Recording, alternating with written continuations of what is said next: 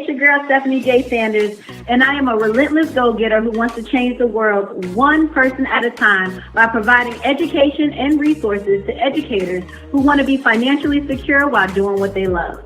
You see, at age 24, my whole world was taken from me by someone else's perception. I couldn't afford heat, so I took cold showers. I couldn't afford a bed, so I slept on the floor. I worked every day of my good job, but my struggle was real. I worked 10 plus hours daily, putting all my time into my students, creating routines for shows, practicing for football games twice a week, driving 50 miles a day, until one day my past cost me everything. And that's when I realized that the value I added to that good job meant nothing to them, but everything to me. So I'm here to show you how to leverage your skills so you will never have to worry about outside forces taking what you worked so hard for. You are in control of your legacy, so be the person you never had with the knowledge that will change your life.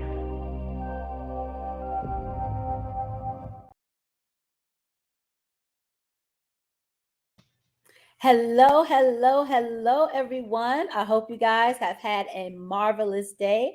My name is Stephanie Sanders, and I am the visionary for the Beyond to Teach or Not to Teach Beyond the Classroom Volume 3 book. So all month long, I have been doing interviews with my amazing co-authors, and I'm here to bring you another one today. So why did I write the book initially, right? What is the vision? Well, I wanted to empower teachers. I wanted to empower teachers with a tool belt of professional options, right? What is there to do outside of the four walls of the classroom? Well, when you read this book, it's going to be a plethora of things that you can do, that your talents are better used other places within education.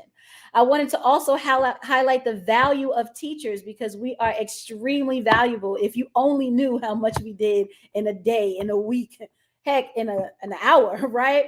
You will definitely be amazed. So I just wanted to highlight us because we are not talked about or highlighted enough. And lastly, I wanted to provide advice to help you explore professions within or beyond education, right? Because as a teacher, you can stay in education and use your talents, or you can go outside of education and use your talents. But I wanted to give a real experience to you guys, so you can have the knowledge before you venture off outside of the classroom. So enough about that. We are here this evening to hear from another fabulous co-author. This young lady resides in Baltimore, Maryland. We have this evening Miss Takhia Gaither. Yay! Hello, Takhia. How are you? I am doing great. And how are you? I am amazing, super amazing. So if you are watching us live, make sure you hit a 1 wherever you are, whether you are in Facebook land, Instagram land, LinkedIn land, wherever you are, put a 1 in the comment section. If you are hitting this replay, make sure you hit a 2. Don't worry, we definitely go back and we will get back to you in the chat if you have any questions or concerns, or just, want to make a shout out to us. So Takhia, let the people know, how long have you been in education and what have you taught? I have been in education this is my 20th year this year. I've taught middle school math, I've taught high school math, I've taught technology, I've taught computer science, and I went back to middle school math. So That's amazing. If you don't mind me asking, what is your degree or degrees in? So I have a bachelor's of science in mathematics. I have a master's in information technology, and I ended up teaching computer science because along the way to getting my IT degree, I started off as an applied math major for grad school. And so it was a mixture of math and computer science. So I ended up taking a massive amount of computer science credits with no degree. So I was able to become a certified computer science teacher as well. Nice. And that's what many people don't understand. Like, our degrees can take us many different places as far as education. We don't have to actually teach what we get our degree in, because we can qualify for so much more. So that is awesome. So what are your thoughts on why teachers should go beyond the classroom? it is always good to have another basket available. So in my case, I ended up going out on sick leave, thinking that I had short-term disability insurance that would have kicked in, and found out in the midst of it that I did not. And so if it had not been for the fact that I started my business, like my family would have been just out with nothing, because by the time, by then it's the middle of COVID, it's all these different things going on. It took forever to get some other stuff in place. And so because I'd already started my business probably about a year before I actually went on leave, I'd already had clientele, I had other money coming in. And so while it didn't match my teacher salary, we were never broke or poor either. We just had a different set of means to live under, but we were able to still, be financially stable, because you just never know what could happen. So, God gives us all kinds of talents to use, and He never said you had to use them in one place. I like that. So it sounds like you're a teacher, but you have a business as well. Can you share what that Yes. business So while I was off, quote unquote, because I thought I retired and ended up going back like Jordan, um, I started a editing business just as a profitable hobby. And so I went on Facebook. I was looking for somebody that wanted an editor, and I found a client who wanted somebody to edit her blogs. And so I did it for a while, ended up doing other pages for her, building landing pages and learning social media, all types of graphics, all types of things. Um, and then by the time I went out on leave, I'd already started editing books. I've edited Amazon bestsellers. I've written for Amazon bestsellers. I was building landing pages, simple web pages, because web design is fun, but it's not my thing. I can do it, but there are plenty of people who are way better um, than me at it. But I do all right. So if you don't want anything fancy, I'm your girl. If you want bells and whistles, that's not me. Um, but I started editing and formatting and all of that stuff because those were things I did in my classroom. If you know how to make a worksheet, you know how to format a book. If you know how to grade a paper, you know how to edit a book. It's the same set of skills. So I traded checking math papers and computer science programs for editing books. I still get to have a red pen and go ahead on about my day. And so when I decided to go back in the classroom, it was, well, do I give it up? Do I stop? Do I, just use it in the summertime? And after several talks with Jesus, he was like, I never told you to stop. I just said you're going back in the classroom. I never said stop doing anything else. And so now I do both. Wow, you were some type of unicorn. You heard she was a math major, mathematics, technology. She dabbles in web design, and she edits books. I've never seen math and English at the same time. It's always Most people have it. It's always one or the other. yes. I am not a math nothing. And So, so with all these things, what made you decide to join this project, and how has it been? This project has been amazing. I've loved getting to know the co-authors. Our co-author chat, y'all, is lit from sun up to sundown. I can't even keep up. But everybody is so amazing. You learn so many different things about so many different people.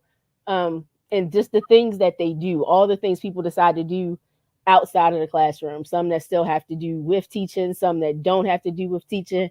And I like learning new things about people, even though I'm very introverted. So I'll read the chat and laugh. I might not comment all the time, but I just love hearing about the things that people do, because like you said earlier, like teachers are amazing. We have so many things to offer, so many things that just get kind of, pushed aside because everybody looks at tests and scores and all of that stuff. So we get caught up in that world. And so why I decided to do this project is because that's one of the things that came up when I went back to work. Even my kids, because I had workbooks and things that I made, and they like sit behind my desk. And so one of them actually has my name on the cover, and they looked at it and they were like, "You write books?" I said, "Yeah, I write books." Like, they're for sale? I said, "Yes, they're for sale." And so they took it upon themselves to Google me and put me in Amazon to see what they found. And so then when it came up, they were like, "Well, you write books and you teach math." I said, "Yes." And they said, well, what else do you do? I teach computer science. You can code? I said, yes. Like, good? Yeah, for the most part. And so it's just all the dynamics of the things. Like, if I hadn't have tapped into what other skills I could use that I had learned in the classroom. And then the other part is because I'm not technically a trained teacher. I'm a trained mathematician. I didn't get a teaching degree until COVID. None of my and that was a AA because it was free. Um so all the entire time I've been teaching, it's just been me in the classroom. Like, I know math and I can show people how to do it. And so that's what I do. So one of the things that people get caught up in is they think, well, number one, to get into teaching, you have to have a teaching degree, and you don't. And then to get out of it, they feel like you have to have a degree in something else. And that's not necessarily true either. You just need to know how to use those skills that you have. And you don't necessarily have to leave the classroom if you don't want to. Like, I left for medical reasons and came back because I felt better. And so it's still the fact that people have options. And I think with the way that the world is going, and with so many people that are kind of on that fence and that border about, do I stay? Do I okay, there we go. So yeah, Let me it's say, the the border of, do I stay? We're back. I'm choppy. Let me see. I may have too many windows open. Teacher life and mm-hmm. everything else. We got 85 tabs open all at the same time. But yeah, just with people trying to decide whether or not they want to stay, whether or not they want to go, and join any teacher group that you can find on Facebook, and all you see pop up every couple of weeks or at least once a week. What else can I do besides Mm-hmm. teach? I'm thinking about leaving. What else can I do? And groups with thousands of people, those threads get kind of long, but in an isolated space of a book, I can tell you what I do. I can tell you how I did it, and I can tell you how you can do it too. Yep, and that's what you have done. You have shared, your skills. Now, you said you are an author, but is this your first Yeah. collaboration book? No, this is not. I have been in over 10 anthologies. The very first book I ever wrote for and edited was an anthology that a friend was working on right when COVID struck. And she lost her editor because most of the people in the project weren't going to write because they were now unemployed. And so she lost her editor. And in conversation, I'm asking her how everything's going and what's happening. And she was telling me, I said, well, what do editors do? And she said, they really just look for mistakes and put things together. And I was like, well, I do that all the time. I'll do it. So I edited it for free, not knowing how much work was involved in it. And Oh, formatted it for free. And so to this day, I owe her like another book because I realize now that I made all kinds of mistakes putting the book together. But it was my first one. So sorry, Antoinetta. Uh, but it came out, it came out well. She was still happy with the project. And then after that, she was just so amazed because it was 14 authors, 14 people's stories, plus other chapters that she wrote. And I put it all together and was like, okay, here you go. It's ready to print, and had everything set in, oh man, okay. Yeah. So that was that was how I got started. And then from there it was just I think it was God said I was gonna write 10 books. And I think I asked, are you wow. sure? And he said, yes, 10. And so there were the anthologies, and in between, there was one of my own. And so from 2020 to 2021, I did about 12 books overall. Wow. That's awesome. I'm trying to get like you. I'm only up to three. You got 10. I'm trying to get there.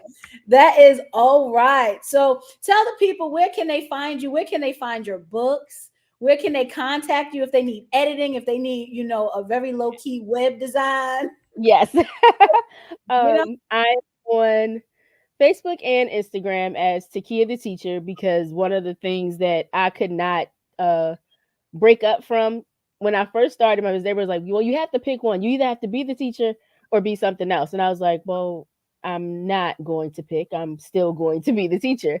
And so even though the Ready Write Her is my editing company, I am still Takia the Teacher. And on everywhere, everything, LinkedIn, I'm Takhia Gaither. Uh, where else am I?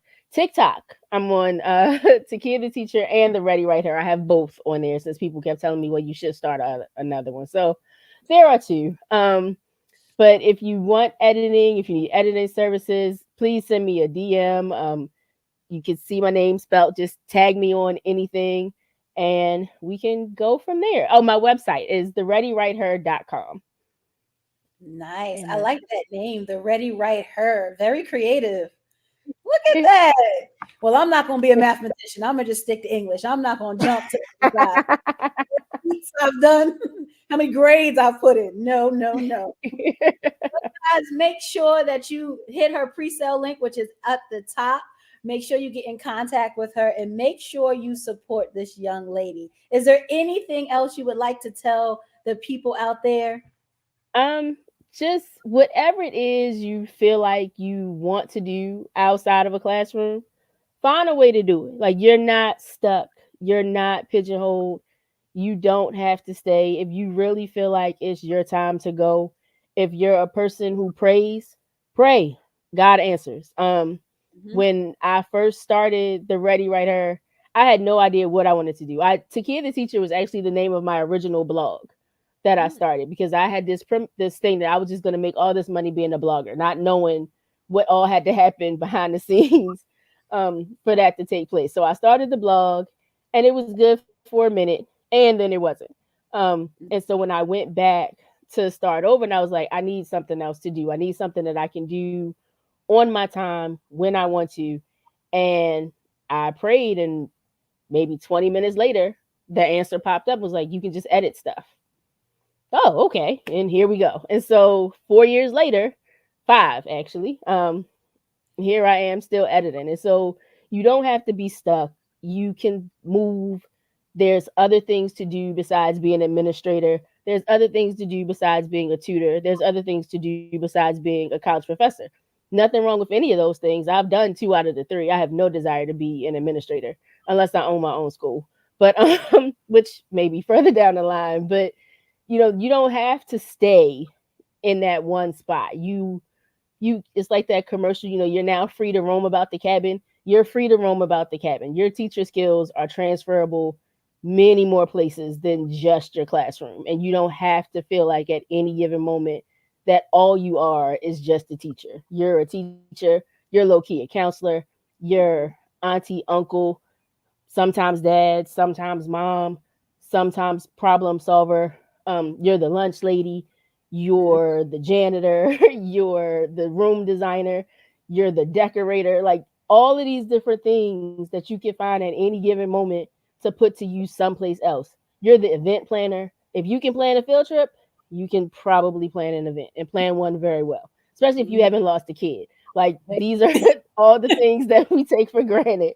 Um, and so you just, tap into it and definitely buy the book. We have people who are doing all kinds of things and things that you probably never even thought of. We do because we decided to take a minute and say, hey, what else can I do with all this stuff that I know? Because you don't just know it for you. Yes, you know it to teach the kids, but you know it to make a space in the world for yourself, for your family, and for anybody which you know. Well, powerful words from a powerful lady. Thank you so much. I am kind of sad. I was loving these interviews, but you have not heard the last of us yet. We have a conference that is coming soon. So make sure you follow her so you can stay in contact when our conference come through. You can make sure you sign up and register. So again, if you are watching us live, put a 1. If you are hitting that replay, put a 2. I want to thank you so much for being my guest here. Thank you for being a co-author. I love having you on the team. I love your personality. Now that I get to see you in person, like lit. But I know you be busy. As you can see, she be busy. Yes. She can check in, okay? But I love the energy. I love for you helping me bring my vision to life. And I know I've got the right people in the right place. And I'm just truly blessed and truly excited about this project. So thank you again. Thank you to all of those watching. Make sure you go back to see the other fabulous authors. They will be across our timeline. And have a good night, people. Have a good night, guys. Good night.